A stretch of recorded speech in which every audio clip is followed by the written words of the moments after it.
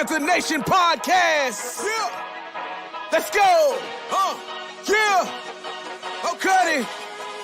Cut right. And I would like to introduce one of the hottest podcasts in Carolina history. Let's go. Yeah. Talk, let's chat. We got time to chop it up. Talking analytics and fantasy draft. You know what's up. Panther Nation representing, cause this is where we talk that. Talk that's so incredible. Make them rewind that talk back. Pause. Talking Panthers football, we discussing it all. On and off the field, you know exactly who to call. You know we the #1 podcast. Competition is non-existent, you need to stop that. Pause. It's an honor to be a Panther fan, pause. At Bank of America, that is where we ball. Coming to the jungle, then you gonna feel the pause. Winning the trophy for the city, it is the call. Black, white, and blue, we going Carolina strong. And this is the conversation where everyone belongs. Discussing all the numbers and topics, you know we got it. We the hottest podcast and we poppin', let's go.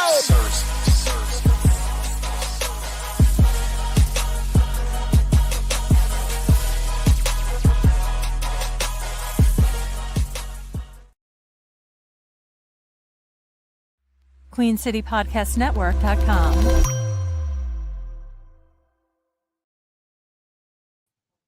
Yo, what's cracking, Panther Nation? It's your boy Rashad and Dave in the building. Dave, I know you had a great weekend. What's good with you, man? Doing good, man. It was a crazy weekend to say the least. I got surprised with a Celtics game when I got back Sunday morning, so I ain't complaining one bit. But it was Ejiro, game didn't end like it was supposed to, but I had a blast, had the bonfire, got to see some folks. So it was a good trip. It was a really good trip. Yeah, I barely saw you, Dave. You was outside, bro. I was busy, man. I had a lot of things going on. This weekend. Had to have some conversations with the chancellor, and I got to reach out to him again, make sure things are good to go with regards to that. But now overall, it was a pretty good weekend. Got some business done and things of that sort. So, yeah, man, good stuff. Happy Ejiro to all the Aggies in the building. I know y'all had a good time. there was no incidents. No incidents. Although it was a little backfire that occurred on Saturday, right when the Jones shut down. People started running. Accident? Yeah, people started running. I didn't know about that. I was gone. But it wasn't nothing. It was a car that backfired. Like, I shouldn't be laughing. And people started running. The sniper on top of the Jones, he was doing his thing, but nothing crazy happened. Aggie pride. There was a crazy accident on the highway too, and I found out that one of the folks I do HBCU nightly with knows who was in that fire.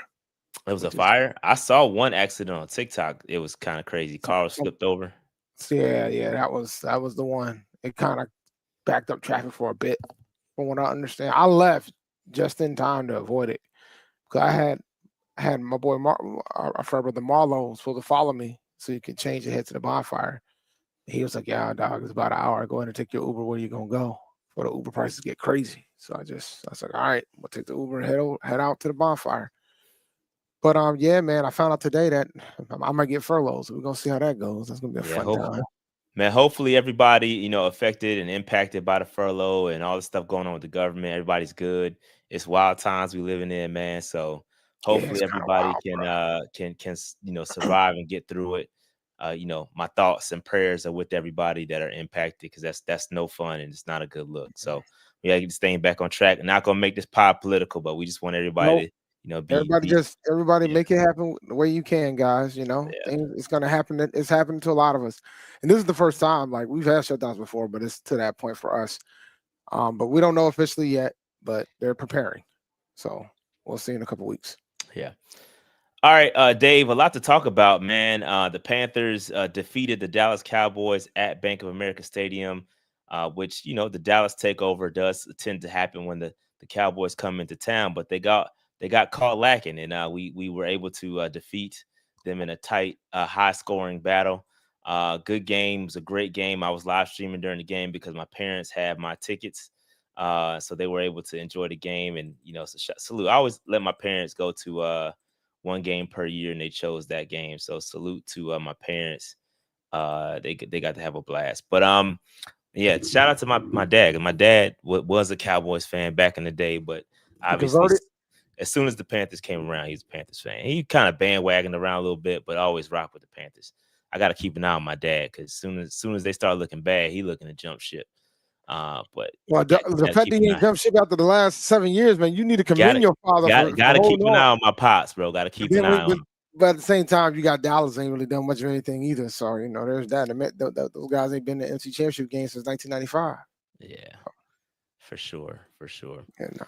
All right, let's go ahead and get into the content, Dave. We got quite a bit to talk about. And at the end, Dave, we're gonna try, because last week we came on the pod and said, don't nobody want us to talk about topics outside the Panthers. So at the end of the show, not the beginning, but at the end of the show, I do want to talk about the Titans firing Callahan and Tua. His situation. So we're gonna talk about both of those topics at the end. So you all are free to leave if you don't want to hear any NFL topics. That's how we're gonna do this thing. We kind of try to make everybody happy. No. You should make them suffer. We should open. Like we should start with top NFL topics. I was going to, top but NFL topics. I was going to, Dave, but then I figured there was gonna be a little bit of Ejiro talk. So I didn't want to, double down on the non-Panther topic. So I know we're gonna talk about Ejiro. I would argue that the Titans situation is very Panther topic like.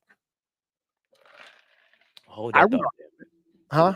Hold that thought, Dave. We'll get to it. Okay. We'll get to it. The people will get the other topics at the end of the show. But you know what time it is. Stay on the prowl. Y'all know what that means. Let's get it cracking. Dave, you know who's coming back? We're gonna talk about it in just a second. Go get you. And I didn't get to get you your shirt, Dave. I had it in the car. Right. I had it in the car, but I barely saw you. Oh, don't do that. No, we're not doing that. I barely saw you, Dave. I saw nothing of it, but blame the alcohol on that. I wasn't thinking about that shirt. I'll keep it about with you. I wasn't thinking about that shirt. I was drinking a lot while I was out there. It was turned. This is why I was Ubering everywhere. I was Ubering everywhere. It was turned. And I've seen you. I saw you enough. I saw you after the step show. Yeah. I saw you at the hangout. We showed up to the hangout. I should have got it to you there. That was on me. We all messed that up. So but anyway, Dave didn't get his shirt, but you can. So go over to GameChanger.LA. use that code PNP10 when you do get 10% off. And I will say, go ahead and grab you a Jalen Coker shirt. They produced that shirt just for PNP. We encouraged them to create a Jalen Coker shirt. They created that joint. So show them a little love by going over there and copping a Jalen Coker shirt and rock it next week. Obviously won't be at home, but rock it at home. When Jalen Coker comes back, man. So salute to Jalen Coker. Can't wait to get him back. And speaking of the devil, Dave, you want to hit the super chats before we get into it? Yeah, let me hit these super chats. We got 2. Shout out to Aiden Guthrie. Kind of looked ticked in the tunnel afterwards. Well, I mean, he didn't do nothing. That's what happened. Free super chat. Also, our social media. I forgot he even played, bro. I literally saw him one snap. And I called him out too. I was like, bro, we not worried about Clowney. Bro, Clowney didn't do nothing when he was here. Man, he pulled a thing. Then he became an op. He went to the worst team you can go to, the Cowboys of all teams. Bro, he old, he washed. Ain't nobody talked about Clowney since he had that hit when he was with South Carolina and Michigan. No, ain't nobody talked about him his entire career. Clowney, enjoy yourself, man. We don't care about it. We won't get out of here, bro. Clowney, like what? Like where do we see Clowney? I mean, he was the number 1 overall pick. Clowney, who, bro? But I'm just saying, like when he retires, what will they think Clowney was, considering the pick that he was? I don't know if he's a bust, but what did he live the hype of the number 1 overall? No, he did not. Yeah, that's what no, absolutely not. His greatest highlight was the game against Michigan, South Carolina. We knocked your boy out. That's the highlight of his career. Ain't nobody talked about Clowney since. He's 1,000% a bust. Well, are we gonna keep it a spade? Dave, he's on the list. This is what happens when you make the options. This is what happens. So, hey, it's a long time ago, bro. Ain't nobody worried about Clowney, bro. Respectfully, disrespectfully. Straight disrespectfully. All right. Also, our social media team cooked Stephen A. Smith. I mean, They did. And a salute to them. Shout out to the social media team. They on fire, bro. Like they're putting a lot of content out. It helps when your team is winning. I like all the themed cowboy shots. Like I like all the stuff that they're putting out. The social media team, y'all are amazing. Y'all doing a great job. So salute everybody. Look, winning cures all. Winning cures a lot of things. That when the vibes are up, when the vibes are up, everybody cares, right? Everything is looking good, bro. We're gonna talk about if we can continue it later. But right now, I'm living in a moment, Dave. We're 3-3, Dave. We haven't been 3-3 or 500 since 2021, and the vibes are high, man. Let's enjoy it. I see too many people looking too far ahead, and we're gonna talk about this later. But there's so many people looking to next year and talking about trading Chuba for future, bro. What are we doing? Start here, man. Bro, live in the moment, bro. Moment. Bro, we're 3-3. We haven't been 3-3, and y'all want to go to next year already. Like, what are we doing? We can still get the freaking playoff spot right now. Let's stand pat right here. We're doing a great job. Things are trending in the right direction. We will be the first to call it out and tear Canales and them and Morgan and Tepper and everybody involved down when it was bad. But right now, things are going well, and let's give them some props, ladies and gentlemen. Come on, man. What we doing? Like super chats like this. Do we resign Rico and trade Books to Dallas? Man, I ain't thinking about that right now. Hey, just right now, just hold on, bro. Just stay in the moment. Enjoy the moment. Stay in the moment, bro. There's gonna be plenty of time. There's gonna be plenty of time to talk about the draft and free agent, all that, bro. We're 3-3. Bro, let's relax. Let's enjoy it. Let's enjoy this. We haven't had a chance to enjoy anything in a long time, bro. Let's just relax. Pump the brakes, one game at a time. Stay in the moment, bro. Let's just stay in the moment. Stay in the moment. With that said, Dave, let's talk about it because we got a couple of roster moves. We waived Trevian Thomas today. We released Darian Delancourt from the practice squad. And obviously, we talked about Jalen Coker and Austin Corbett designated to return, which means that we do have one roster spot open. I hope that goes to Jalen Coker and we can wait on Austin Corbett next week or whenever. Let's talk about the impact to Jalen Coker coming back, Dave. What are your thoughts? Obviously, this is a Jalen Coker stand podcast. So we putting all our cards on the table. When we have a bias towards somebody, we put it out there, and that's just what it is. So if you don't like Jalen Coker or you think Jalen Coker is overrated, just log out for a little bit. Come back in about 5 minutes. Dave, Jalen Coker, what is the impact of Jalen Coker coming back to the team? I'm curious to see which wide receiver is going to lose their jersey. It's between at this point. If I had a guess, it might be Renfro. The way it's looking. But I think that's the big one. Who's going to lose their jersey? Come once he's reactivated, because he's going to get a jersey. So that means another wide receiver is not going to. So it's either going to be actually it could be Tremaine. Tremaine could lose his jersey. Yeah, it could be Tremaine. It could be Tremaine. I like what we saw to Tremaine when the injury first happened, and Renfro was kind of getting his feet back under him. I like what we saw to Tremaine, but I think ultimately Tremaine is probably going to be the one.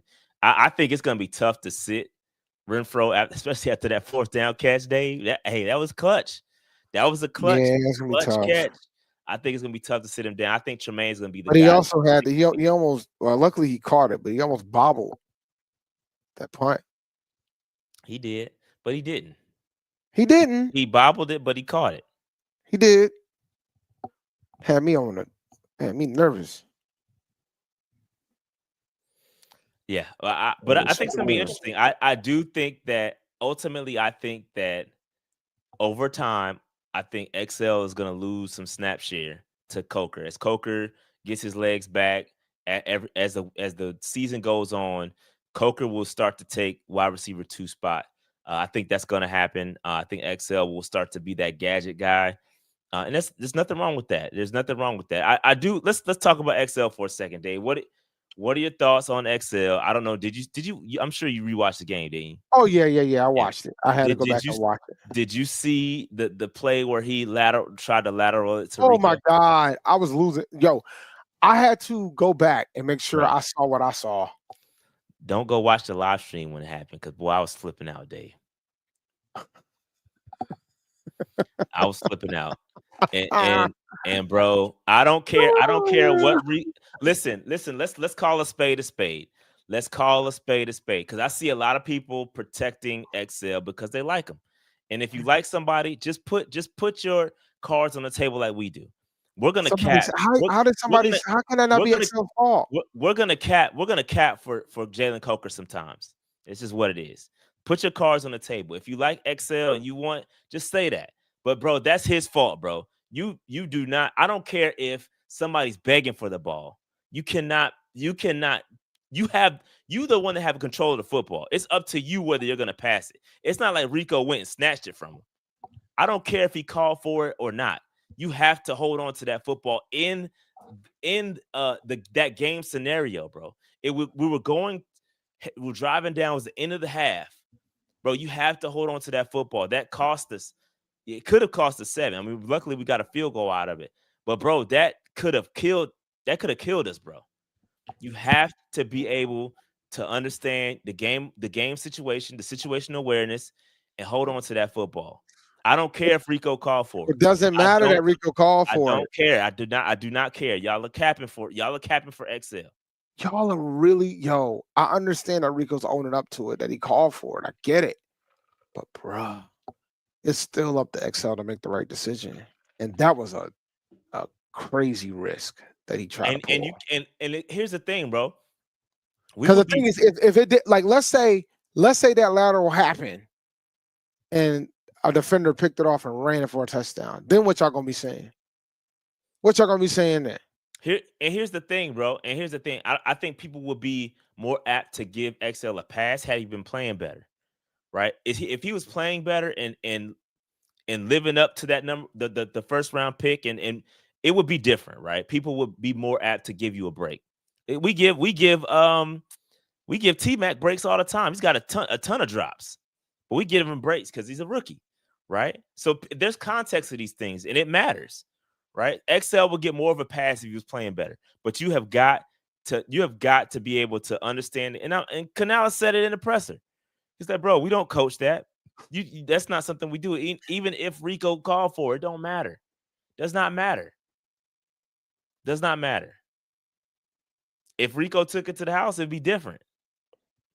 It'd be different if Rico took it to the house, but that's not what happened. That ain't what happened. And luckily, we didn't turn the football over because Rico ended up fumbling it too. So it's all good, man. Anyway, it did not cost us anything. It could have cost us 7, whatever. We got 3 out of it. All good. It's all good. But bro, we got to be smarter because guess what? Every team ain't Cowboys defense.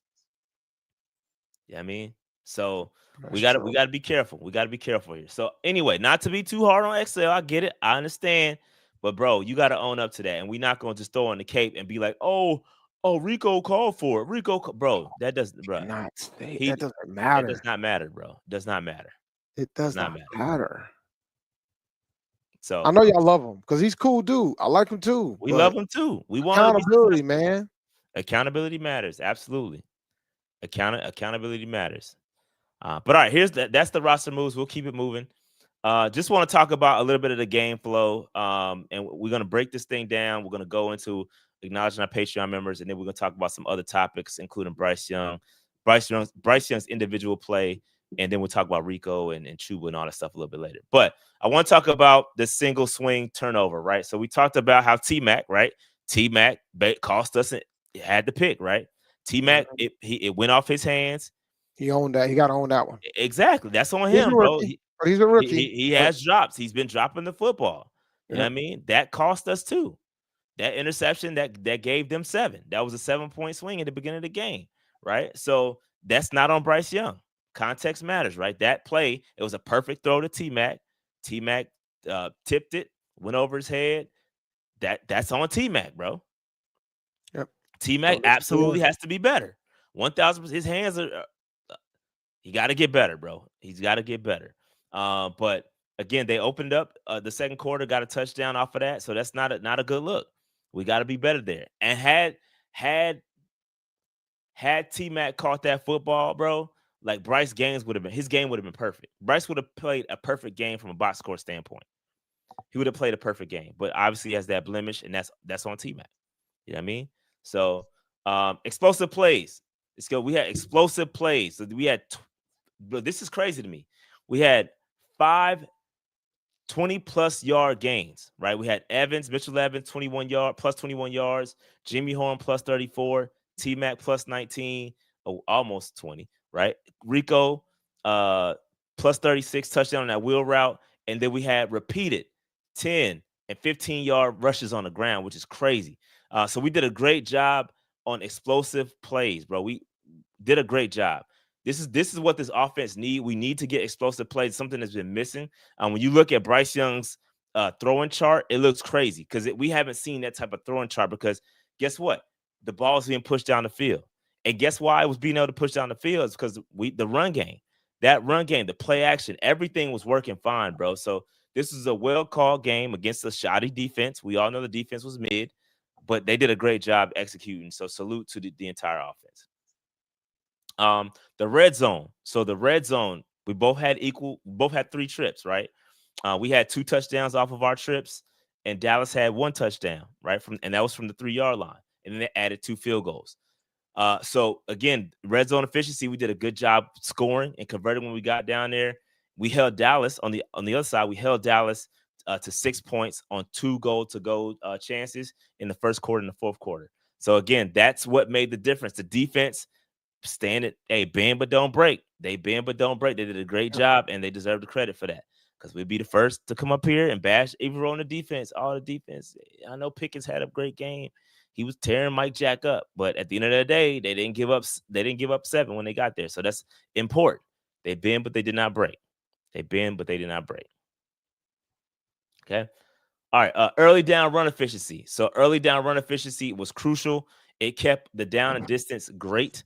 The second I talked about that during the stream. We was not getting behind the sticks. It was never 3rd and 8. It was never 3rd and 9 or 3rd and 10 because Rico was averaging about 9 yards a pop. It was always 2nd and 1, 3rd and 2. There were these down and distances are manageable. That's Panther football. That is Panther football. You know what I mean? We had one situation where we had a sack on and that caused a plus a false start. So that put us in the obvious passing down. Other than that, we played a really, really clean game. So I like what we did there. Very, very solid. And if you look at those games, look at there. Chain movers, plus 11, plus 12, plus 9, plus 7, plus 7, plus 15. We were moving the football, bro. Like we were anything we wanted, we were getting it. So they did a great job. Great job from Canales. Again, he said he wants to be a run first team, and he stuck to it, and they would get whatever they wanted on the ground. No negative plays. They didn't have not one negative rush play. Not one, which is insane. Not crazy. One negative rush play. That is wild. That is wild. So yeah, passing identity, which was great.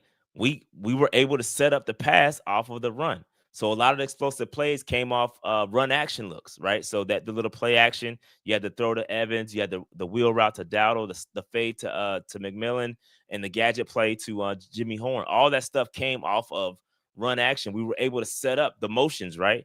The motions that we consistently had with guys going in motion. You couldn't tell what's going to be a run or a pass.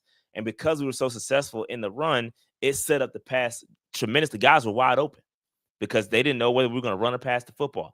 That's a great job by Canales for setting it up. You know what I mean? So we did a great job. Great job there.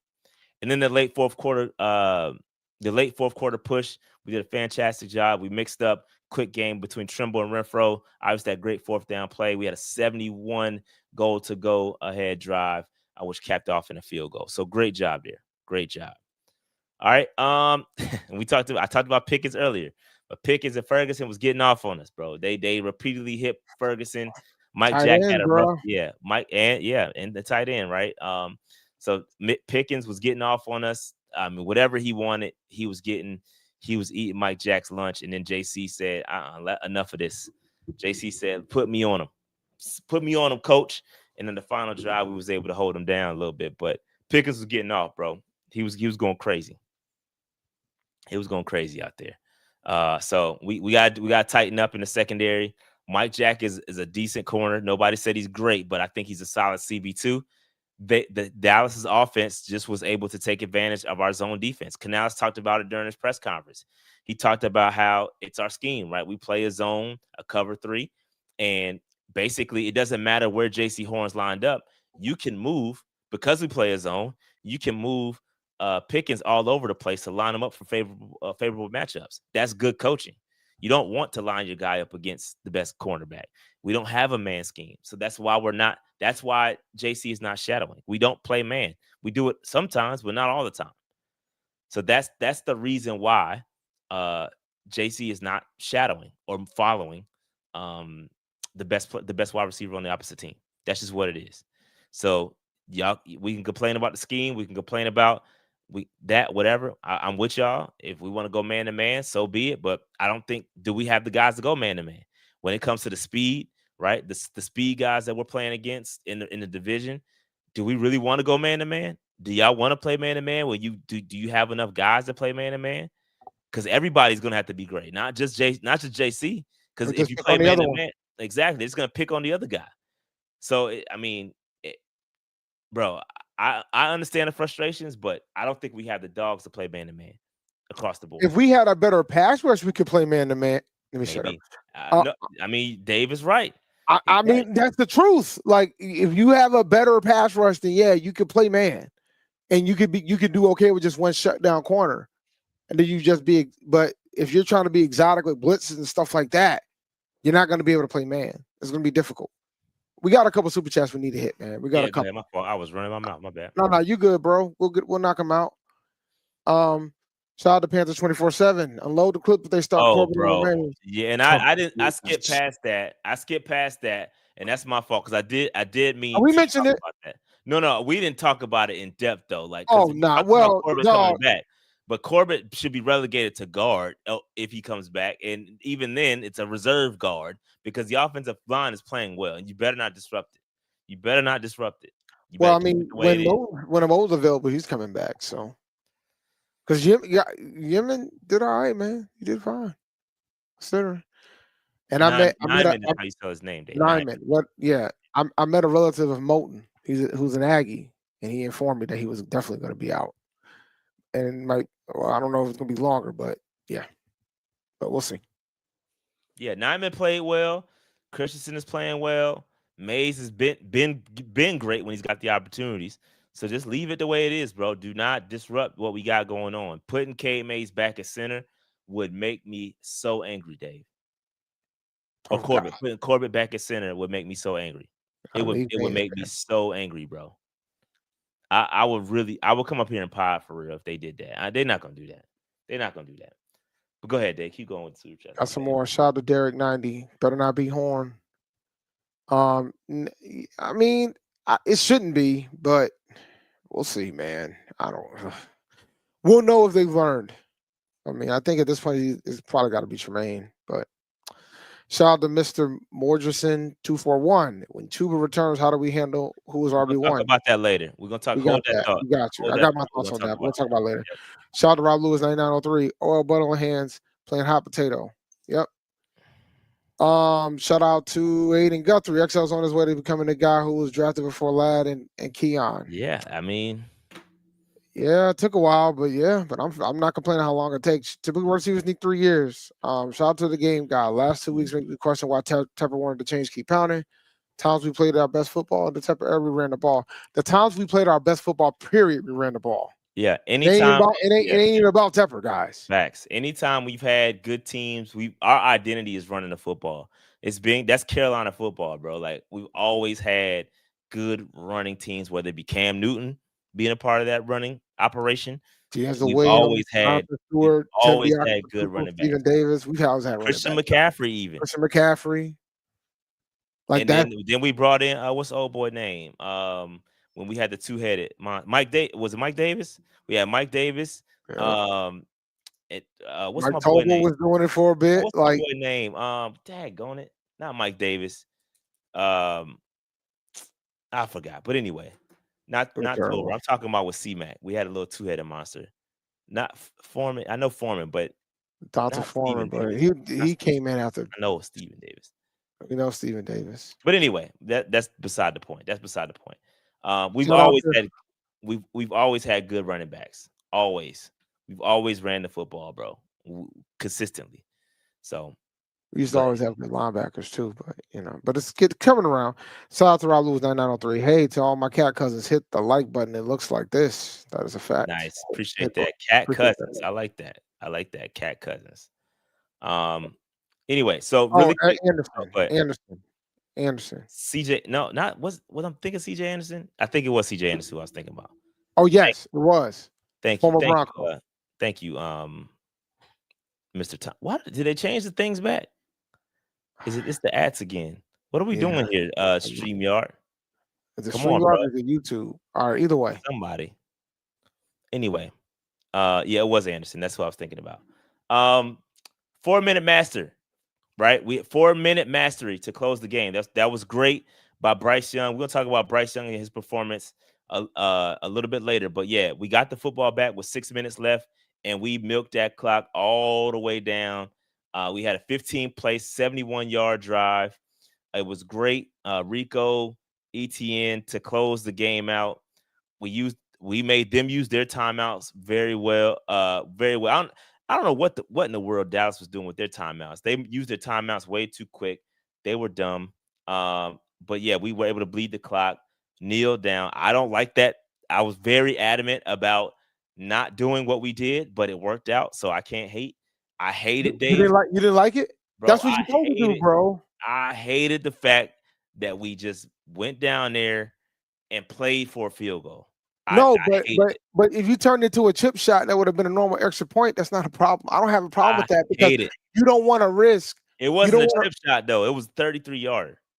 I mean, a normal extra point is like what, 30-something yards, ain't it? 35 or something like that. I don't care. It was an extra point. I don't want to put the game on the foot of a kicker. Never, bro. But that's what you're supposed to do. That's what the analytics say to do.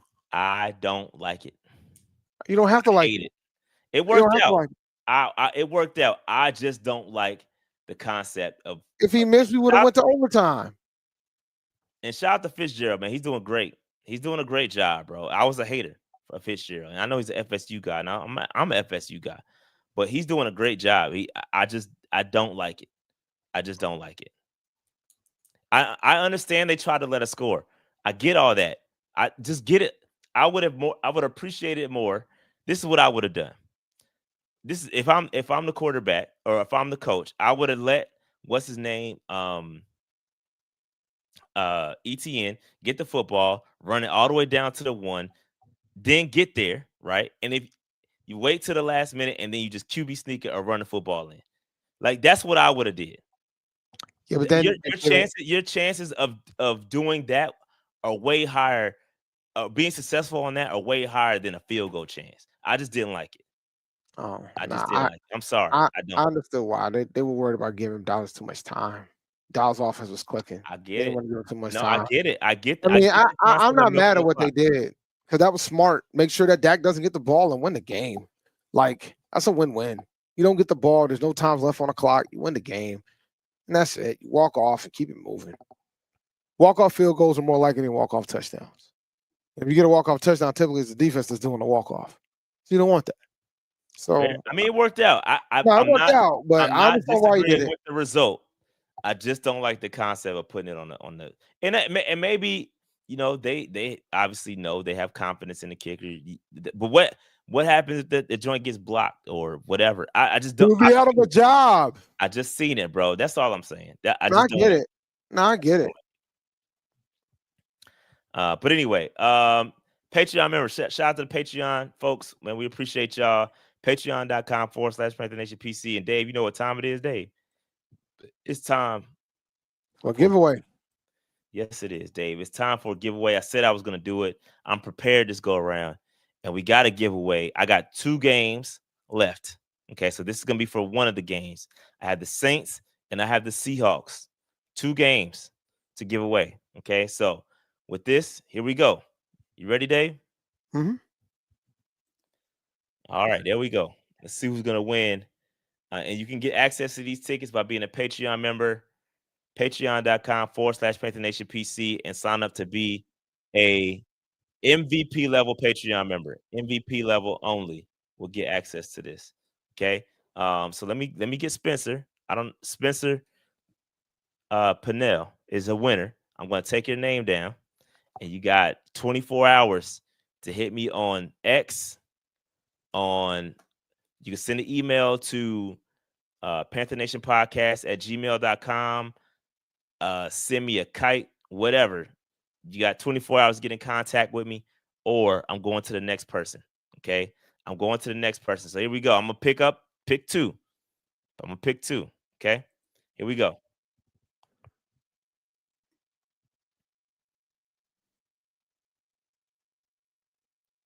Jerry Russell. Jerry. Now I do know Jerry. I know Jerry. And I know he would hit me back immediately. So Spencer, you got 24 hours. 24 hours to hit me back, and if not, it's going to Jerry. Okay, and Jerry's a good time too. I think he's won before. That he's a great guy. But anyway, that is the giveaway for today. All right, here we go. Let's keep it going. And y'all are missing my point. With the whole QB sneak discussion. Maybe not a QB sneak.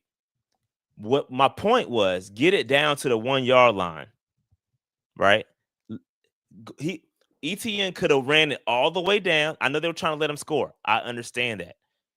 He could have ran it down all the way down to the 1 yard line, got down. We could have took a couple of knees, and then when the clock was draining, you run the football in however you want to run it in.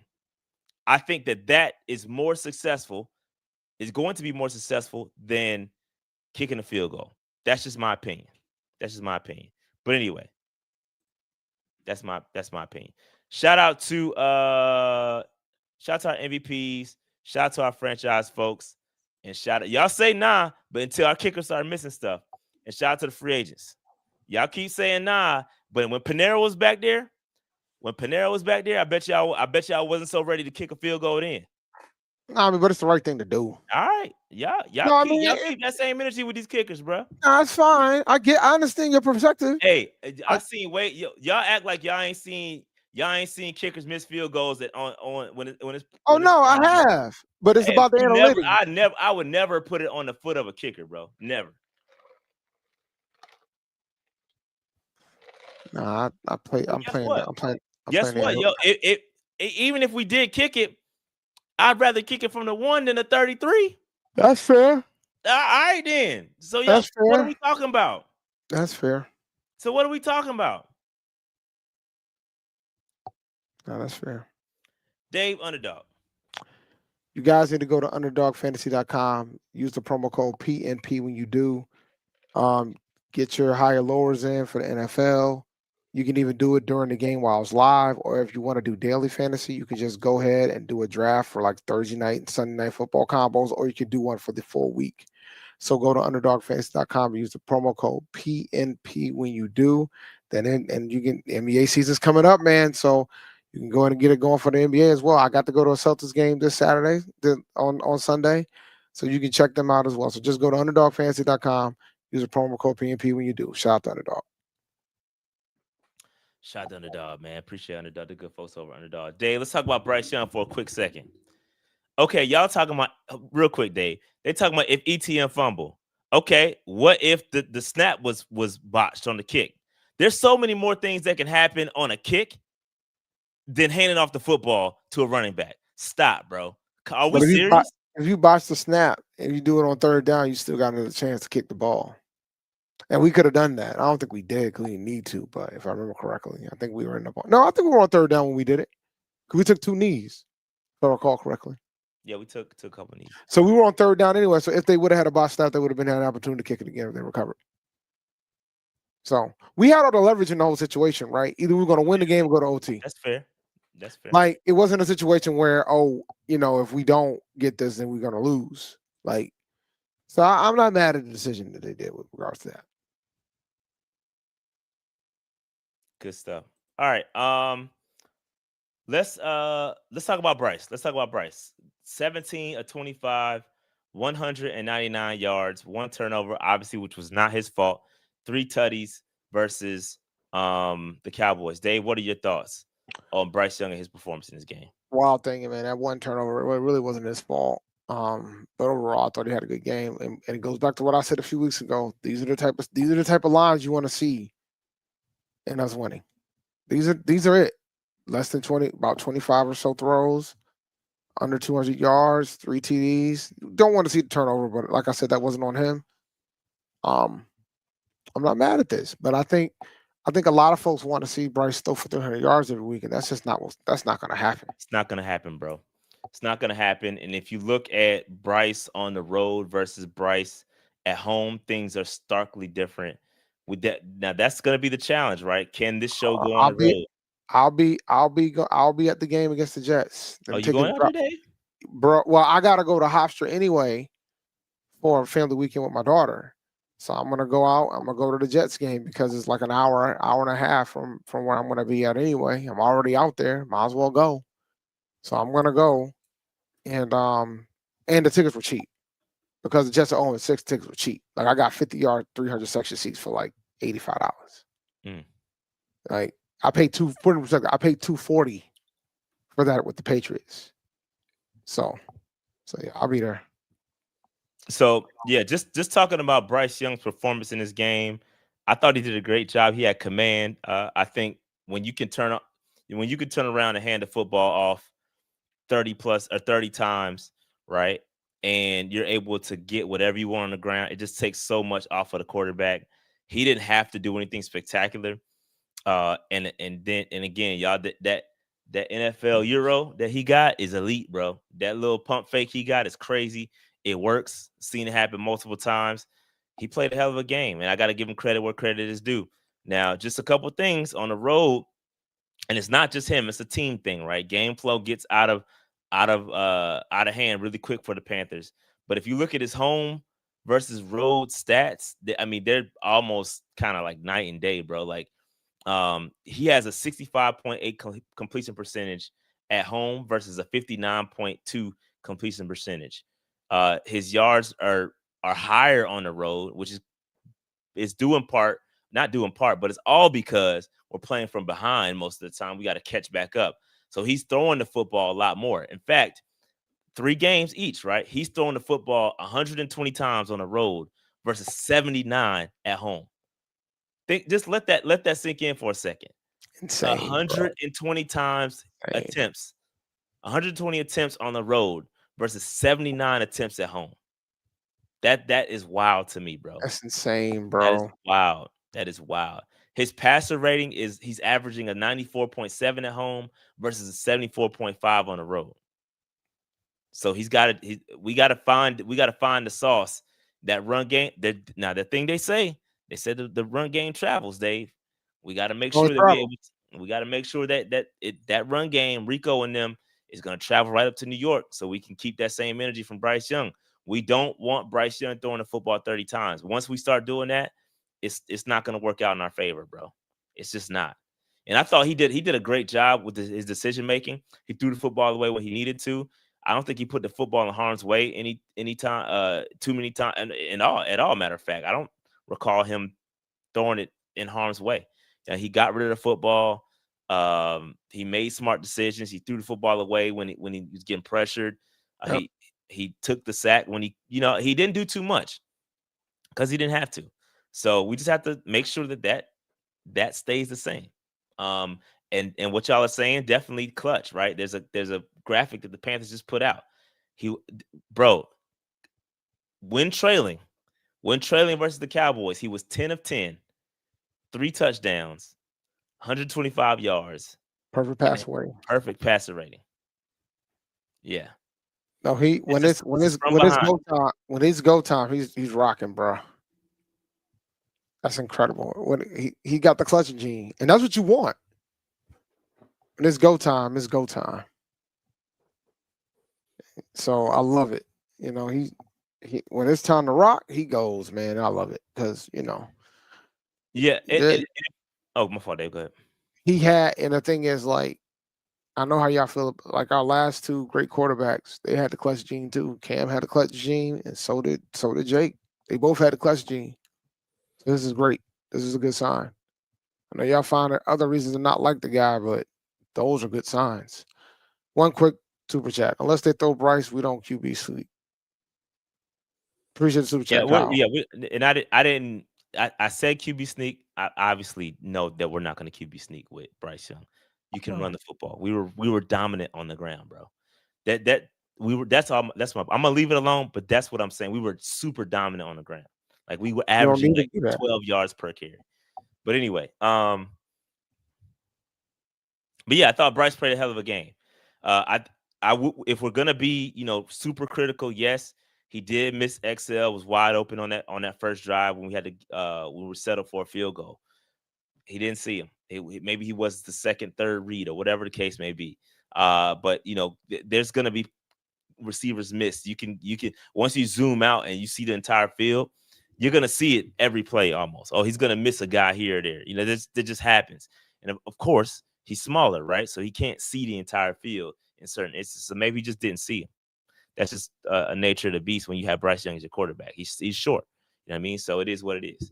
But yeah, I thought he played well. He played very well. And if we're gonna win games, this is the type of game we're gonna see from Bryce Young because he didn't have to do much.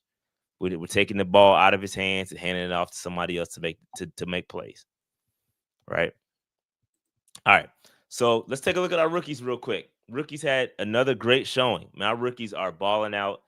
T-Mac had a 70.8 grade, played 61 snaps, 3 receptions, 29 yards, and 2 touchdowns. He had his first and second touchdown against the Dallas Cowboys. So glad and happy for that young man. I think he gave his first football to his granddad, which was dope. That was dope. I love it when guys have their families there and they're able to celebrate that moment with their families. But super happy for T-Mac as he got that first touchdown. Now he can take the stress off. You got it. We don't have to talk about that anymore. It's a new week every week, and we can get touchdowns in the flow of the game. So he did a great job. Nick Scorton, 61.4, played 32 snaps, only had 1 pressure in that game. We're not, and this is not just a Nick Scorton. This is all of our pass rushers. We're not getting any pressure to the quarterback at all, bro. We still lack a pass rush badly. And talking about a discussion about whether or not we play man or not. You cannot play man. Yeah, you can unless you got 2 all world corners. You cannot play man without a pass rush, ladies and gentlemen. You cannot do it. It's not a wise decision because all the quarterback got to do is throw to the other side. Same with Princely. Princely had a solid game, 64.9, only played 17 snaps. He had that 1 tackle, and that 1 tackle was pretty great. It was a tackle for loss where he basically traversed the entire field and caught the running back from behind. He's showing off that speed that he has. It was a great play that he made. Trevor Etienne, obviously, he closed the game out for a second consecutive game, had a 71.3 grade, 8 snaps, 3 attempts for 17 yards. Could have got more, but they made him go down to not score or whatever. So salute to Trevor Etienne. He said next time y'all gonna have to come tackle me because I'm about to go score.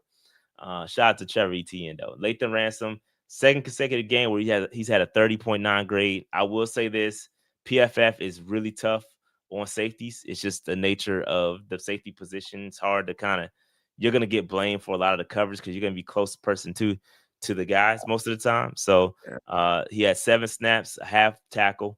Cam Jackson played limited snap. Only played 3 snaps, but had a 57.6 grade. Mitchell Evans, who we're going to talk about in a second. Mitchell Evans, 89.7 grade, 38 snaps, 1 reception for 21 yards. Yeah, he is absolutely balling. Jimmy Horn Jr., 73.7, played 14 snaps, 2 receptions for 36 yards, had a nice wheel route that he ran and took out, bro. If he could have kept his feet in bounds, he probably could have he'd probably still be running right now. You know what I mean? If he had that, if he was able to kind of tiptoe along the sidelines. But great showing for Jimmy Horn Jr. Glad he's getting some play time because this is what we want to see. As a group,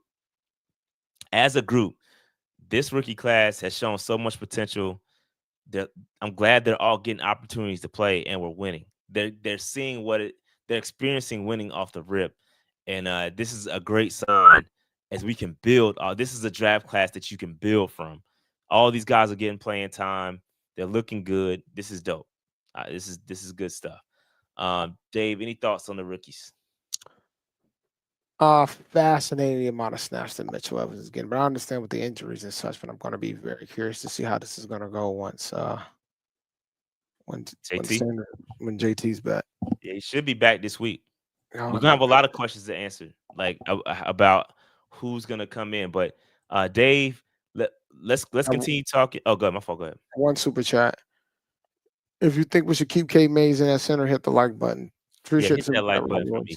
Make sure you hit the like button for sure. There's a lot of you in that. I'm definitely rocking with Cade Mays, bro. Cage Luke Mister Mitchell Evans is gonna take the tight end one spot. Yeah, I got some. Dave, I'm thinking about doing a whole video on this, but I pulled some stats and some, bro. We're gonna talk about it, but I can do a whole separate video on this scenario because I do think the way it's set up, he's gonna get it eventually. He's gonna be TE1 eventually, and this is no matter whether it's gonna happen this year or not. It's not gonna happen this year. It's not gonna happen. Probably not gonna happen next year. But year 3 is when it's definitely set up to happen because Tommy Tremble's only on a 2-year deal. So I think once Tommy Tremble clears, I think Tommy Tremble, and I just want to say this. This is what happens when you take a player when you don't need a player. This is how depth gets created. I'll go back to the Luke Kuechly scenario all the time, Dave. We drafted Luke Kuechly and didn't need Luke Kuechly. We need a DT bad too, bro. I'll repeat again. We drafted Luke Kuechly and we didn't need Luke Kuechly. And he played his tail off. Very similar situation with Mitchell Evans. If you look at the roster, bro, we didn't need a tight end per se. We didn't need Mitchell Evans. You had JT. You just drafted JT last year. You had re-signed Tommy Tremble. We didn't need a tight end. But when you draft, you just take the best player available, bro. These things happen. That's why you always go BPA. Always. It don't matter if you're in the 4th, 5th, 4th, 3rd, 4th, 5th, 6th, 2nd. You always go BPA and let the chips fall where they may. That's how you build depth. And Mitchell Evans is a product of that. But Dave, let's look at these rookie receiving leaders. Because right now, T-Mac is only less than 100 yards behind Egbuka. Egbuka's he's cooking. I know. Did he get injured? I don't know. I think he might have. He went out the game. I haven't watched the Bucks game, but maybe. I mean, but Tyler Warren is right there, bro. He's doing it. He's doing his thing in Indy with Daniel Jones. Yeah. It's amazing what happens when you leave the New York teams, huh? Yeah, man. So they're saying Egbuka gonna be out for a couple weeks. So all right, T-Mac. He got some, but again, like you said, Dave, like you've been saying, in the flow of the offense, like he's gonna get much opportunities. He's not gonna be able to be a consistent 100-yard player if we're running the football 30 times a game. That's just, but he's gonna be that option, right? That run is gonna set, bro. And T-Mac had a hell of a route. He cooked the safety on his first touchdown pass, bro. Or second, I don't remember which one it was, but he definitely bodied the cornerback, bro. One thing is clear from my perspective. He's gonna have the bulk of the target share. He's just got to take advantage of it. Shot is frozen, which isn't good. But yeah, he's got to take advantage of it. Shot will probably be back. I don't know if I'm gonna shoot him a text. I know he's frozen, but Shot will be back. But he's got to take advantage of it.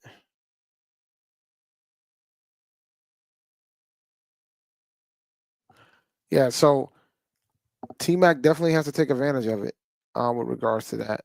Let me see. Can I control? I can't control the slides, unfortunately. So yeah, he definitely got to take advantage of it. But he's probably going to be the target holder. And so he'll get his opportunities when he gets them, but he definitely got to leverage that opportunity. Oh yeah, he's gone. But yeah. So let me see here. Oh no. There he is. He's back. Shot is back. He had a reboot. My bad. No, I didn't reboot. I had to my browser crashed, but we back. Give me 1 second to set it back up. Your browser crashed. Keep going. No, I'm just talking about the target distribution. But T-Mac's got plenty of opportunities. He's going to get the most opportunities out of all the receivers. I think the trust is, but now I'll be curious to see once Coker's back in the lineup how that's going to shift a little bit because I think it will. But I think T-Mac's going to get his opportunities. But it ain't going to be many. I've been talking about this since the offseason. That's why initially I wasn't the biggest fan of taking a receiver. But I understand why they did it. But if you're only going to throw the ball 25 times, ain't too many targets to share. There's not too much to distribute. Shout out to O'Brien Kenobi. Evans is a great blocker too. Same with Bryson. Bryson is great in the run game. It might be why he keeps a spot on 53. Yeah, you might be right. Facts. You might no lies. No lies detected. No lies detected. Yeah, you ain't lying there. You ain't lying there, man. Definitely might be back. Which puts somebody like a Hunter Renfrow and a Jimmy Horn in a tough spot. But Hunter plays special teams, which is probably why he'll have the advantage. So yeah, this is the conversation. I had a whole slide about Mitchell Evans because I think it's important. I think that Mitchell Evans doing what he's doing, 5th round pick. He's having a great rookie year. It's not like he's knocking it out the park. He's not having a George Kittle or a Travis Kelce type, but you can see glimpses of it. And even when he was with Notre Dame, between 0 and 10 yards, bro, my fan was he's an elite, reliable, bro. And I'm gonna tell y'all about reliable in just a second, as soon as I pull my stats back up from my browser. Give me one second, I'll log back in. But he is extremely, I think he is, just off the top of my dome, he is 7 for 7 target wise over the course of the season. So he's extremely reliable. In contrast, JT, who has dropped the football quite a bit, he's making himself available. You know what I mean? So it's very, and I'm so glad. And I hate that it came at the behest of an injury, but I'm so glad he's gotten this opportunity to show off, because we know Mitchell Evans is capable. We know he's capable. We saw it in Notre Dame, a very good blocker. He's just a very, very good combo tight end. He can block, he can catch. He's just doing a fantastic job. So I'm proud of Mitchell Evans, and I like what he's doing with the team. Dave, any other thoughts while I'm pulling this up on Mitchell Evans? Yeah, no, I don't. I think I agree with your earlier sentiment that he's going to probably be a starter very soon. He has all the tools, bro. That was a steal. We stole him, and that's a testament to Dan Morgan too. So I love it.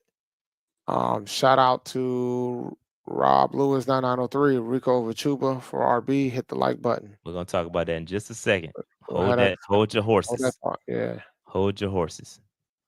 I'm trying to pull up this Mitchell Evans notes that I had. Yeah, here we go.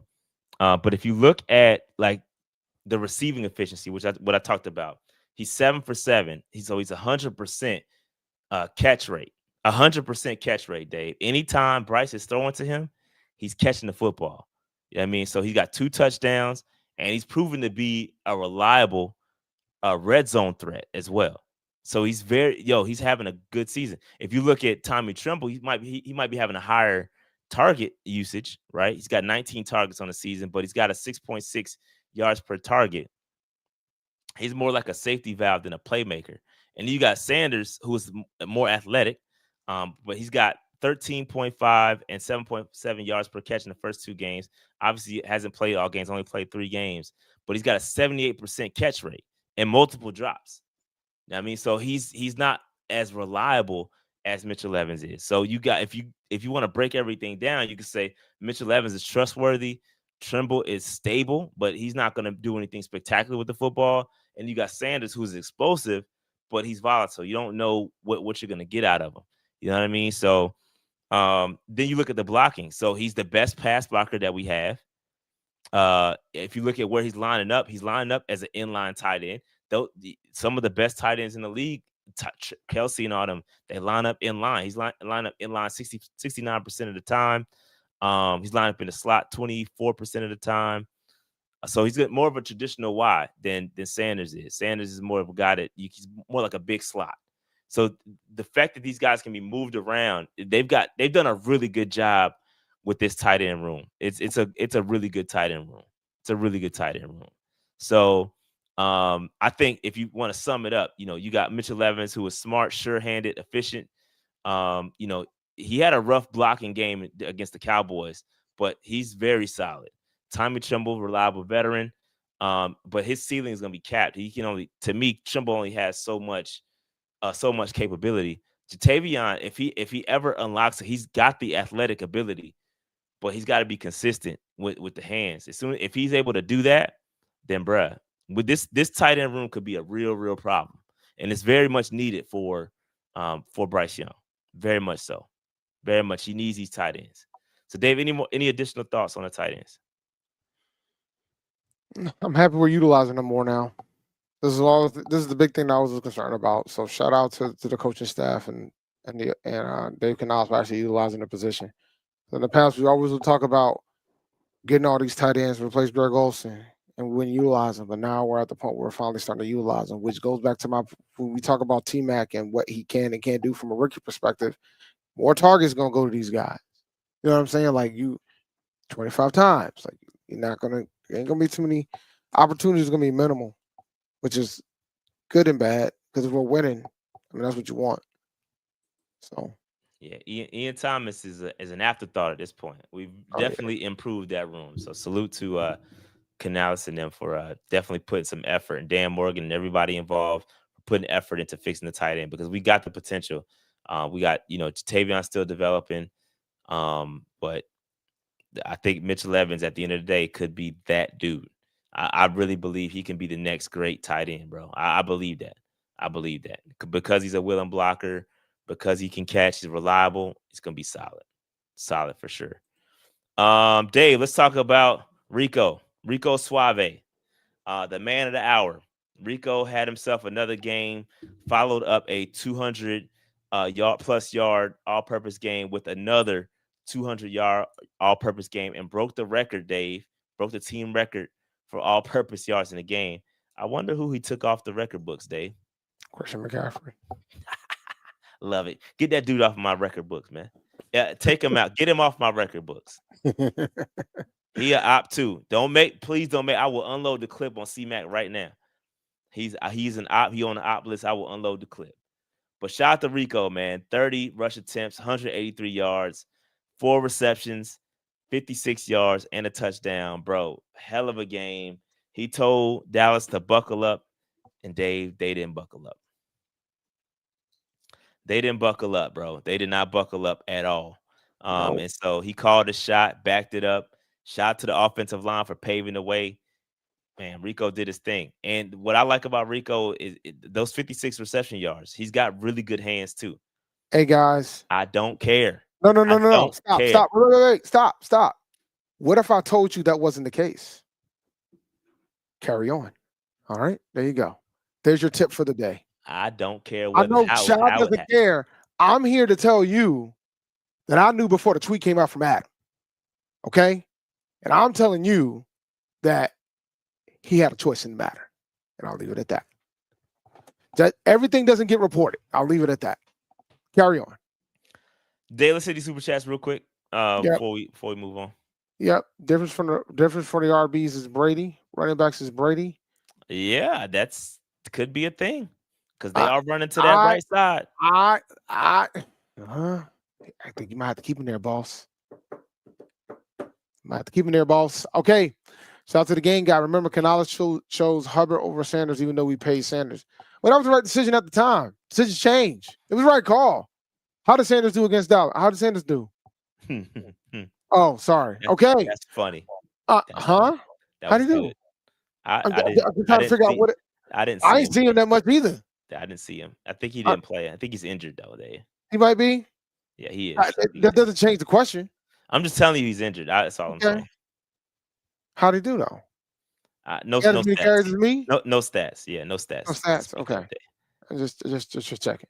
Shout out to Rob Lewis 9903. Hey, Cat Cousins. If we hit 600 by 9:15, I'll super chat $100. Hey man, hit the bro. Hit the like button. Man, I need that. Hit the like button. Shout out to Rob, man. Hit that like button. Get us a 600 by 9:15. Where we at? What's the counter looking like? Hit that like button, bro. It don't cost you nothing. Hit the like button. Hit that like button, man. And if you on Twitter, come over to YouTube and hit the like button, man. Hit that like button. Just pull Let's up. get 600 likes. All right. But Rico, one more. Did we have another one? Yeah. Shout out to Thumper. You won't dump the clip Hey, on CMC. bro. Shoot. CMC, Hell, I won't. bro. Come on, bro. CMC was out here pretty much telling Rude it. Bro, CMC, man, he injury prone. I told y'all we shouldn't have paid him. I told you we shouldn't have paid him. I definitely told y'all that. I told y'all from day one that when it's all about opportunity, when you get that amount of opportunity, you will put up stats eventually. Case in point, Rico Dowdle. Y'all try to tell me can't nobody do what CMC does. CMC the only person that can do that. Bro, get out of here, man. CMC couldn't convert a 4-1. Rico could. Rico was out here messing around, gonna have get somebody into the playoffs and maybe win somebody a fantasy championship. Man, he is out here balling. The longer Chuba is out, the more likely this man's gonna freaking win somebody a chip. Because he might take the job over. I saw. Did you know? I didn't see it, but I heard that Canals didn't commit to who was going to be RB1. We'll talk about it. All right, I think we got one more. He said successful. Somebody in the chat said successful rage bait. Yeah, you got us. Go ahead. PFF stated our skill player group outformed all NFL teams. Shout out to Scott Whittle for super they chat. did. They did. They're balling. Absolutely did. Shout out to Steve-O. If the Panthers are serious about winning this year, they need to get a true pass rusher Henderson at the trade deadline. I don't think that's going to happen, bro. I don't think that's going to happen. We got to give up too much. I don't think that's going to happen, bro. I think they're going to really – I think that the good news, I've been looking at the draft boards. Linebackers are strong. Linebackers are strong, and it's a good edge class. Bro. So I don't think they're going to – I think they have their eye on the future. They can continue to draft guys. That's how you build a team, bro. Well, we have to find one. You're right. I agree with you. We cannot sit back and because we're not getting any pressure, bro. Even against Dallas, we escaped that game, but we're not getting any pressure on anybody. So we have to do a better job. Shout out to Aiden Guthrie. Shout out to Rashad and Dave. This is the end of the Panthers being a mediocre team. This podcast has helped a lot of Panthers fans get through the bad years. Thank y'all for real. You ain't therapy, bro. It's been therapy for all of us, bro. Yeah, we appreciate the support, guys. We really do. Shout out to Maurice 3774 for horses at running back. Great room, and I think that is all the super chats. Thank you guys for the super chats. Yeah, we got 600 likes yet, man. Come on now. We're not 915 yet either. So let's get the likes going. Get the likes up. Hit that like button for your boy. My boy Rob said he gonna drop a hundo super chat if we get 600 likes. So please hit that like button. And there's enough of y'all in YouTube to make this happen. And there's a decent chunk of y'all on Twitter, on X. Y'all can just head over to YouTube real fast, make it happen. All right, Dave. This is the run chart. I mean, this is crazy, bro. This is diabolical. This is crazy. Like, that is crazy. No red on the chart at all, which is great. 308. We need 300 more likes. Hit that like button. But yeah, man, crazy. This run chart is crazy. Left, right, it don't matter where they ran. They were picking their poison and got everything they wanted. So salute to Canal, salute to Rico. It's gonna be. We got a good problem here. With having Rico. And let's talk about it, Dave. Rico, Chuba. What happens when Chuba Hubbard comes back? What are the Carolina Panthers gonna do? Dave, you got any thoughts on this? Oh, we're about to have a split back system, and it's going to be pretty true and pure, which might not be a bad thing. It'll be fascinating to see how both of these backs handle the split work. In a perfect world, we'll have a situation where we'll always have a fresh guy out there to run it down their throats, or maybe they might do the ride or hot hand type of situation. But I think the concept of having one guy take all the work I think that's about to be done. Unless they legitimately are willing to have Chuba wait and sit on the bench, which I'm not sure they're going to do because this team has shown they don't do those type of things. So they're probably going to have a split. So for fantasy folks, you're going to be very disappointed when Chuba comes back. Yeah, so this is my personal opinion because I seen a lot of chatter about, we should trade Chuba. And it's like, bro, I don't even care what the cap. That's irrelevant to me. What the cap looks like. It's a factor, but right now, I don't think that really matters. You just signed Chuba to a contract, right? You brought in Rico. People got to remember, and this is just talking to the future a little bit. Rico came to Carolina after 1,000-yard year. He had 1,000-yard year with the Cowboys last year. People remember that, right? People forget that. Or people forget that, excuse me. And, bro, he still signed here for the low. The running back market is still the running back market. Like, be clear on that, right? Is him having a great year here going to change some things? Maybe. But I think personally, I think we could, in fact, sign Rico to a nice deal, a decent deal that makes him that keeps him around for a couple of years. It'd be a short-term deal, like a 2-year deal.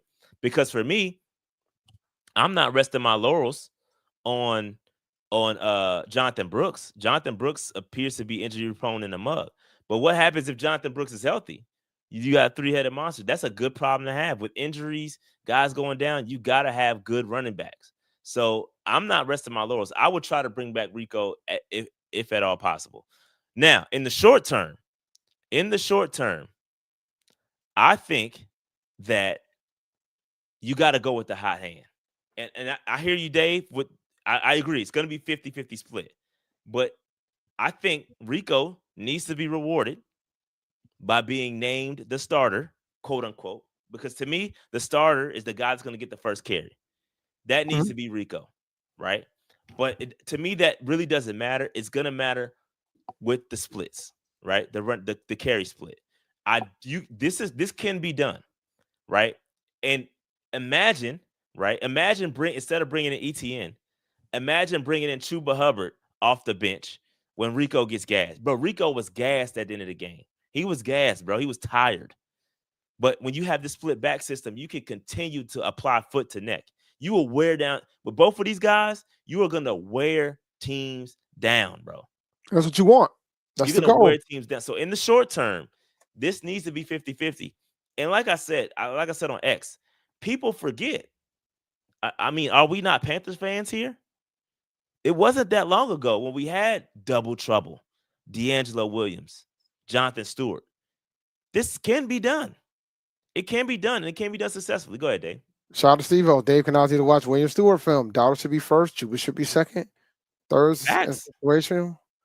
And if they split, it should be 60-40 Dowdle. Look, man, I don't disagree there. Shout out to Double O Kane while I'm here. Ben said that Chuba plays better when it gets colder. This is a good issue.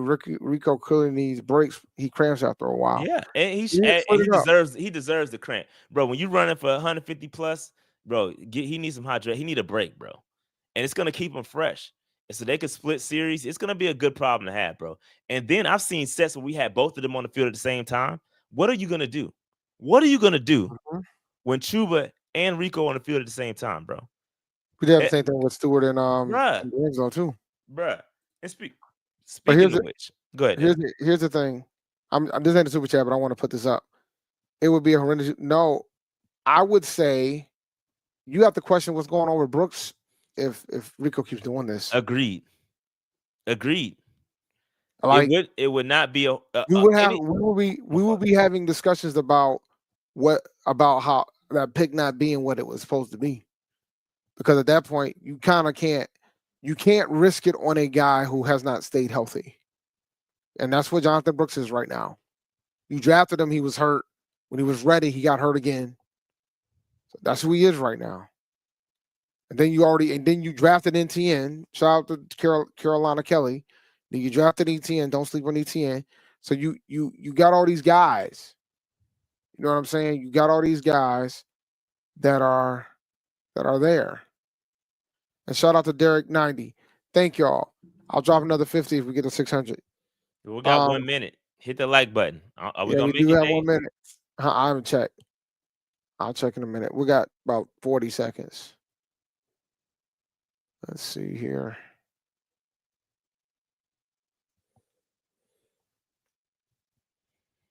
Let me see here. Oh God. But yeah, people forget, bro. People forget that we had double trouble. And let me give you the evidence of why 364. We're not gonna make it, Dave. 364 likes. Y'all don't like us, bro. It's all good. Y'all slacking, man. It's all good. Y'all want me to be broke while I'm in furlough, man. Y'all should do better. Crazy work. Crazy work. But bro, people, we've been here before. Jonathan Stewart, D'Angelo Williams. And let me just give you, because I think it's going to be more 50-50 than it is 60-40. It's going to be 50-50. It's going to be okay, Rob said he's going to extend to the end of the show. All right, get us to 600, man. Hit the like button. Hit the like button. But anyway, here's the splits, Dave.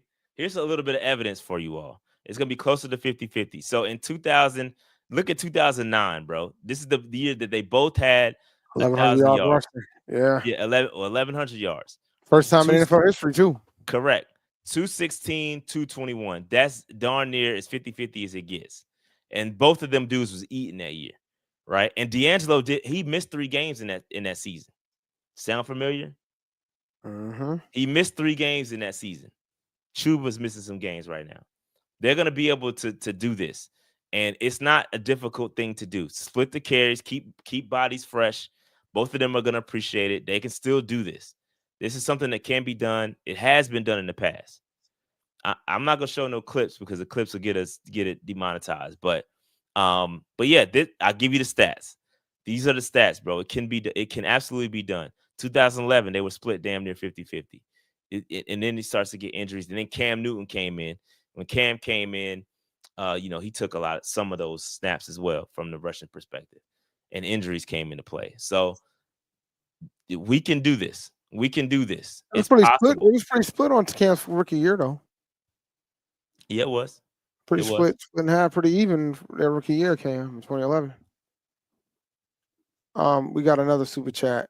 Where's it at? Having depth is never a bad thing. Use both. Shout out to Taquan Griffin for the super chat. Good problem to have. Good problem to have. He said he's gonna send it to the end of the show. Shout out to Shannon Bass 247. Even if we were to sign Rico to a deal, if structured properly with fitting the time frame of when Chuba's contract would be expiring, Brooks would be coming off his rookie contract. I just don't trust Brooks in his injuries, bro. He had the injury in college. He's had it again. And he's a running back, bro. It's not like he's a defensive player. And I know guys have come back successfully from these ACL tears and whatnot, but I'm not resting my laurels on him coming back. And Rico, again, people's motivations are different. Rico is from the Carolinas. He may want to stay here. He may take a team-friendly deal. We don't know. But I would try to extend him. And it doesn't have to be a Chuba deal. It can be a smaller deal, bro. He came here for the low. So I'm not saying it's possible, but I don't know. Try. Shout out to Alec Oven 2856. Rico's 50-50 in my opinion because he's been an asset press pro. He's actually been doing relatively well. I've been looking. I've been checking. Yeah, he's been doing okay. I haven't analyzed. He ain't better than Chuba, but when it comes to pass pro, but he's okay. He's horrible, bro. That's why DJ Dallas comes in. So it could be true, bro. But you be tired, bro. You got the team on your back, bro. That's tough. I'm tired of. I can't block and do up, bro. I'll go back and I'll rewatch the game. I'm curious now. I'll go back and rewatch the game again on Wednesday. Well, on Thursday because I got 2 shows tomorrow. I'll go back and watch the show tomorrow. Thursday and look through it and see if, particularly on the pass pro side with Rico. I'm intrigued now. Okay. Yeah. Alex says his pass pro is why his PFF score is an elite. That's interesting. I haven't paid attention to that. I'm gonna be honest with y'all. I have not paid to his run blocking ability or his pass blocking ability. Mm-hmm. Bro, there's running backs who can't even produce with bad defenses. So this is valid though. Context matters. No, it matters. Context matters. But at the same time, we're winning, man. We're winning. I don't care. You know what I'm saying? I don't care. Shout out to Steve-O with the run game and how we're stopping the run. Do y'all predict more wins with this form of Canals is doing now because it sparks some optimism? Yeah, absolutely. This is what he said he wanted to do when he first got hired. Yeah, I think it's the way we're gonna win games. Now the question is, and you would be, I think, correct in your a little bit of worry about can this be duplicated across every game. Right? We're going to have some tough games where we probably won't be able to run for nearly 200 yards. And in that case, can Bryce put the team on his back and not make any mistakes? You know what I mean? It's gonna show itself at some point. We're not gonna be able to run the football for 200 yards per game. Every game. That's not gonna happen. At some point, it's gonna lean on Bryce and the receivers and the offensive line to pass protect for Bryce to throw us to a game, throw us to a victory. It's gonna have to happen. And we need to see that part. We just haven't seen it yet. Yes, you guys are right. Bro, the Miami's run defense is trash. Dallas's run defense is trash. The Jets' run defense is middle of the pack, right? But we have to be able to impose our will and dictate how these games go. That's what good teams do. We might not be able to run for 200, but can we run for $150, right? Can we run for $125 and be successful? Because all we have to do is make it, make it a game. Make the defense think. Put the defense in conflict. That's what a good run game does. Whether it's for 100 yards or 200 yards, you have to put the defense in conflict. And so that's on Canales. Canales is going to have to be. I think that's going to be the true test. Can Canales call a game when the run game is not successful? And we have yet to see it. Can he prepare them on the road? That part too. We're going to get a true test now. We're going to really see. The Jets have not won a game yet. And I know we haven't got to the game yet. They have not. Go ahead and do it. They're 0-6. They do have some talent on that roster, but they're still 0-6.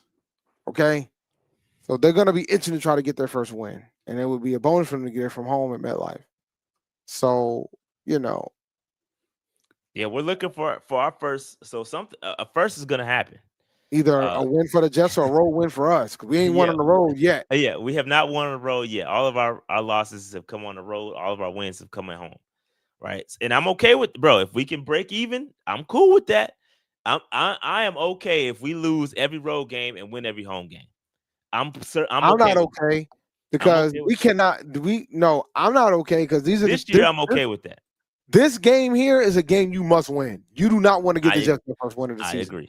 I agree. No, but we also can't feel that type of pressure. And they've been saying it. They say like the locker room interviews have been saying, "Hey, look, we know what it's like to be 0 and whatever," and that reeks desperation. When you get that, it doesn't. You just play free because you have nothing else to lose. That's a dangerous proposition, right? For the Panthers to have to go on the road and be prepared for that, right? So Garrett Wilson has a knee injury; he's going to be out. That helps. Because,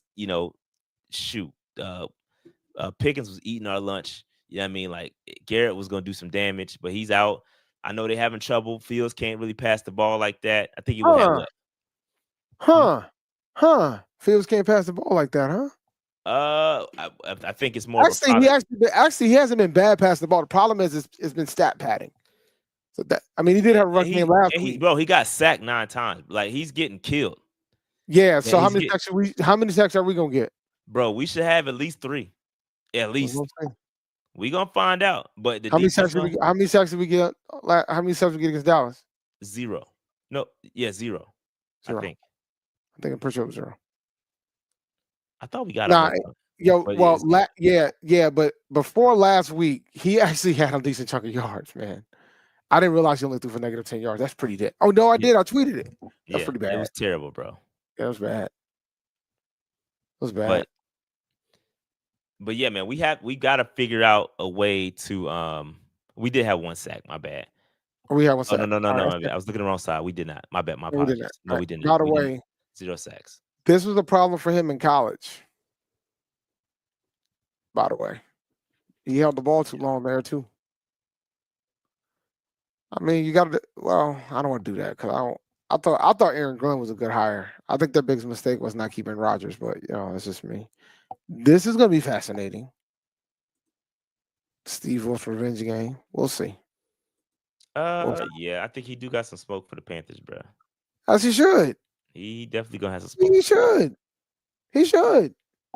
But he's not the head coach either. So, but I mean, I don't think that don't mean he ain't gonna try to unleash on us, bro. Nah, Steve Wolf's not a bad defensive coordinator. So, but yeah, I'm trying to pull up Justin Fields' stat line here a game. I mean, he's doing all right. No, yeah. Outside of last week, he hasn't been bad. It's just it's stat padding. Like that's my point. It's stat padding. Like last week was bad, but overall he's kind of. Dave, we know about garbage time stats. Well, yeah. That's what Bryce has been doing. When he throws for over 300 yards, bro, like that's because we've been down and have to get back into a game. So we fully understand what that's about. Fully. I'm looking up his whole chart. I'm looking at his game splits right now because I'm curious about something. Hey, real quick, hit that like button. We're trying to get to 600 likes so we can get some big super chats in here. We have a couple folks committed to some rather large super chats. Hit that like button on the stream on YouTube. That would be great. Thank you. But anyway, Dave, I think we're done for the Panthers topics. Do we want to talk about around the league?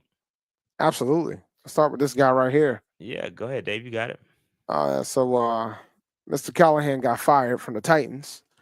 Brian Callahan, after drafting a quarterback, number 1 overall, Cam Ward. I know it sounds familiar, but when you go back and look at the whole story with the Titans, they've let the coach go. They've let the GM go. They let another coach go. They let another GM go. It's a mess. It goes back to what we were talking about after the Patriots game, right? Where we were saying we got to clean house. If you're going to do it, get rid of everybody. Yeah. I don't think we're going to do that at this point now. I don't think I recommend it right now at this point. However, the Titans got to figure out what the hell they want to do. Because you out here rotating GMs, rotating coaches, and now you drafted a quarterback number 1 overall, and now you're going to put a brand new coach in a situation similar to what happened with Mr. Canales on whether or not he's going to groom this kid or go with another guy. So it's going to be fascinating to see how this goes.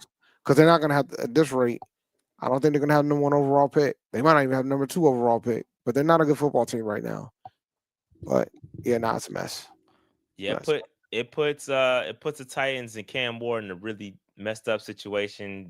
Similar thing happened with Bryce, right? And now you got to find that it puts the Titans, it pigeonholes the Titans.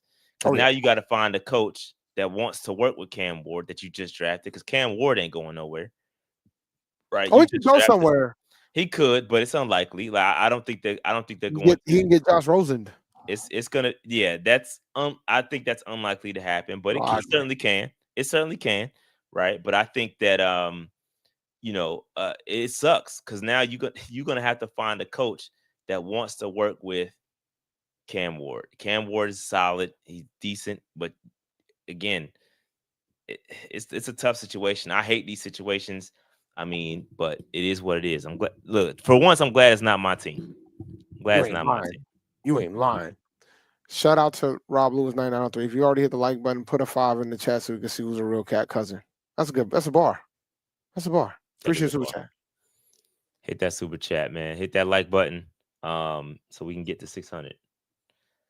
But anyway, but yeah, man, Callahan fired. I mean, it's interesting. Some folks are talking Gruden might return to the NFL to be a head coach, which I wouldn't be mad at it. I'll be curious to see what he would, and we'll see how he groomed Cam Ward. It'll be interesting. But nah, man, it's Titans got to figure this out, man. They've been a mess for a bit. Yeah, Dave, we can't talk, bro. I don't care. But now they ain't been in a mess as long as us, but still, they're in and just like us, they're in a kind of a vulnerable division. In the same well, Jacksonville. Yeah, all of a sudden they're getting ready to take off here. Or Indy. Just Jacksonville. Indy. Solid. Yeah, Indy's really solid. Shout out to Daniel Jones. Yeah. But yeah, man. It's interesting. It's very interesting. Dave, the other NFL topic I wanted to talk about was this situation with Tua. This is funny to me, bro. This is funny because Miami Dolphins are imploding right now. They're imploding. Dave, let's hit that super chat before we get into this topic. On the topic of head coach firings, Ejiro walks after this year and Glenn gets canned because after Sunday they're 0-7 is a good luck. How do you feel about Glenn being our new DC? I wouldn't be mad at it. It was a good DC for Detroit. I wouldn't be mad at it. won't be mad at it, but Yeah, I need to see who else is out there, bro. no, I'm with you. I don't know. It's too early to make that assessment. I wouldn't be mad at it either. But we got to see. We got to see. We got to see. And that is true. Now that is accurate, man. Detroit's defense has been looking pretty good without him. It wasn't necessarily a telling sign, but yeah. But yeah, all right. Let's talk about this Tua situation. So Oh for God. those Oh man, I'm gonna have fun with this topic. Oh for my those God. for those that don't know, Tua, went on, and after the game, after the game, he had a press conference and he was asked a question, and he basically kind of threw his teammates under the bus and said that we had player only meetings and guys aren't coming, or they're late, or not coming at all, and we need to decide whether we're gonna make these mandatory or not. And to me, it seemed like he was trying to shift the blame to the coach. And then McDaniels comes out and says something. Go ahead, Dave. Go ahead. If it's a players only meeting, you can't Exactly. shift this to the coach. Exactly. All Which right, it was oxymoronish, but because he was like, it seems like he's trying to shift the blame to everybody else. And so just going back to our previous topic with Cam Ward handled that situation because it was a similar situation, right? Like he handled it way better than Tua did, and Tua's been in the league for Do you quite some remember the time. quote that Cam Ward said? I don't remember the quote he said, but he took some I ain't gonna accountability. lie. I ain't gonna lie. We asked. Yeah, he said we asked, but he also said I gotta be better too. Yes, he did. Tua took zero accountability, right? He didn't say, "Oh, it's on me as a leader. I gotta galvanize the troops." And bro, you're the one with the C on your chest. If the players ain't coming to the meetings and it's a player only meeting, that's on you, bro. Warren Moon unretired his number to let Cam Ward play. Cam Ward can't be a bad quarterback, yo. It cannot happen. Like that cannot happen. Now but to go back to Tua, my man. I'm gonna give McDaniels some heat too, because I think the demeanor of McDaniels isn't the type of person that Tua needs. He needed somebody that had like some earth, and they fired that guy. His name was Brian Flores. They fired him. They got him out of here. And Tua said he was too hard on him, but there was a reason why he was hard on him. And you played well when he was hard on you too, buddy. You did. But now you out here can't even get your players to come to meetings. It's a shame. It's terrible. But they got to move. They should have never paid that man. They paid that man all that money. They ran off Flores, and now they got to deal with that contract of his. Because I think he's making $50 million a year. If I recall correctly. He's making a lot. And now there's talks of them, blowing it up, right? McDaniel might get fired, and then Tua might go too. I'm gonna be honest, man. I thought he was gone, bro. I thought he was gone. Yeah, they're struggling. I do feel a little bit sorry for Mike McDaniel because they had it going for a second. Like Miami was, they was moving. They had it going, but like it's imploding now, bro. That it looks a mess down there. And shout out to Grandizer. So here we go. Grandizer's dropped because Grandizer is even though he's here every week. Even though he's here every week, and he's been a mod for us for a long, long, long time. He is a Dolphins fan, so he's dropping some knowledge on us. I look, man. I just think, well, truth be told, I mean, Flores is a Belichick guy. Belichick and Saban are tight. So I mean, I wouldn't doubt that Flores might have been a bully, but now you don't have a bully, and now he's out here talking about he can't control his own players. And you the captain of the team. You the quarterback. Yeah. Yeah. It would just been good to hear. And again, to be honest and to be fair, I didn't listen to the entire press conference. So I don't know if some accountability was taken on Tua's behalf. But he threw his teammates under the bus. Yeah. Accountability. He tossed his teammates right under that bus. Correct. And if I'm a player with him, now it's his teammates have to answer the question, who was late to the meetings, who didn't come. You know what I mean? Like it is what it is. Say where he was failing at. Okay, all right, man. I didn't hear it. I didn't hear the whole interview, but still, with him coming out with that information, it's not a good look to kind of throw that out there. Like that's some stuff that y'all handle behind closed doors. I don't like how he handled it. But okay, so he took some accountability. I'm saying he took some accountability. That's dope. That's good. That's really good. Because yeah, that it's crazy. It's crazy. So it is going to be interesting to see what Miami does with Tua and how they're going to handle their situation. Because I know folks in the chat are saying they're going to wait to the end of the season to get rid of him. McDaniel, to be specific. It's going to be interesting. It's going to be interesting. Really interesting to see. I have no idea what they're going to do. But send us Waddle and we'll be happy. We'll take Waddle off your. Hey, have the fire sale. We'll take Waddle off your hands. Yeah, just what we need. Another wide receiver that might not get 5 targets. Come on, man. Don't do that. We have to let somebody send us Waddle, bro. We have an elite wide receiving core. Almost at 500 likes. Are we going to make it, Dave? Hit that like button. I don't know. Hit that like button. That was my last topic. I got 2 more. I got one. I got one more topic. Rest in peace to D'Angelo, man. Cancer sucks. Yeah, that's Passed crazy. away pancreatic cancer. Pancreatic. I said it. That's why I said You said patriotic. You said patriotic. No, I said pancreatic cancer. That's what I said. Chat, what'd he say? I almost said patriotic initially. Chat, what'd he say? Hey, let's stay focused. Somebody died today, man. So let's stay focused on the task at hand, okay? Facts. All right.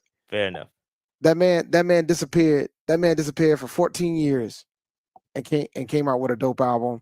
He's only had 3 albums in his career. His impact was crazy during the Soul Aquarius era. So rest in peace to him. He was working on another album at the time. I knew something was up when he had to back out of the Roots Picnic this year. He was supposed to headline it, and he said it was because he had surgery and the he didn't heal up fast enough. And he said he was working on an album, and so it kind of sucks that he passed away. And the thing is, they had him and Angie Stone had a son. Yeah, and Angie Stone passed away earlier this year, right before the CIAA. Like she was before the CIAA and got to an accident, if I recall correctly. So condolences to his son too, man. That's rough losing your parents the same year. But yeah, I just wanted to say that. But D'Angelo's got some songs, man. Yeah, rest in peace, D'Angelo, man. Yeah, rest in peace, D'Angelo. So real quick, Dave. What about the Bills? You watched the Atlanta hoop last night? I saw who they were hooping last night. I think it's wild. Yo, NFL so week to week, man. That's why you can't sleep a week because it can change. It could change in a heartbeat, considering that we shut those dudes out a few weeks ago, and they came out here and beat Buffalo. But now we gotta wonder who Buffalo really beat, right? Because they lost to the Patriots too. Yeah, they lost to the Patriots. They beat the Ravens, who are struggling right now. Yeah, they're struggling right now. They talking about they might be moving on from their. Some folks might be thinking it's time for them to move on from John Harbaugh. So it's a lot. The Bears beat the team last night on a walk-off. So we'll see. We got the Bills coming up soon, and of course, their weakness is run defense. Yeah, we do have the Bills coming up the week after next. And I know that's going to be another takeover game. There's a lot of Bills fans in Charlotte, bro. There's a lot. My neighbor's a Bills fan back home. There's a lot of Bills fans. So I think that's going to be a tough game for us. But obviously, I think in the bank. This is just a PSA, man. This is a PSA to all Panthers fans and all PSL owners, man. Let's stop selling the tickets, dog. Like we get up here, and and it's probably already too late now because people that are selling tickets already done sold them. But my point is this, bro. The players are doing their part. We get up here and talk all the trash in the world about what the players ain't doing, and we ain't going to the games until blah blah blah blah blah, bro. If you in Charlotte, bro, man, come to the games, bro. Like support this team. That they 3-0 at home. They are protecting the bank. It's now up to the fans to protect the bank. It's a good vibe in the stadium when they're winning football games, bro. It's so fun. Come to the games if you can. Obviously, it's difficult times out in these streets, but if you can afford to come to the game, come to the game, bro. Yo, support this team. They need the support. Let's do our part. Let's do our part to support the team, bruh. Like we can't on one hand talk trash about them all the time and then not support them when they're doing well. Come on, bro. Come on, bro. Let's lock in. Let's support the squad, bro. Let's support the squad. All right, Dave. Anything else? We're gonna have to shut it down. I'm exhausted. I'm tired too, bro. Like it's been a long day. I know we're trying to get to 600, and we might not make it. Maybe next week we'll make it. Maybe we didn't make it this week. We got to 5 though, so appreciate y'all. Yeah. But on that note, it is time to roll. Make sure you guys like, subscribe to the channel, hit the notification bell if you can. Come over to YouTube, all you X folks. Get these likes up on this side of the fence too. One more super chat, and then we can be out of here. Shout out to Double O Kane. I really think we are. I think we really are who the National think we are. We're not, but hey, 1 week at a time, keep pounding. But the dope thing was that everybody saw that game against Dallas on Sunday. We were the game of the week. That game was more televised than any other game, so everybody saw it, which was dope. We're good, man. We're gonna be solid. Let's focus on the Jets. We can't lose. We got a chance to have a winning record after 7 weeks, bro. Yeah, we can't lose our concentration, bro. We can't get too. You see, I'm not overly excited, and I'm not woe is me either. I'm right here, even kill. We can beat the Jets. The Jets are a beatable team. They're not good. We're playing our best football right now. We're trying to hit our stride. We need to go out there and dominate, not just win close games. We need to go dominate the Jets on the road. We got to fix our road issues. Run the football, protect the football, play good defense, beat Justin Fields, put him under pressure. We're good to go. With that said, like, subscribe, notification bell, get in the comments. We getting up out of here. Peace.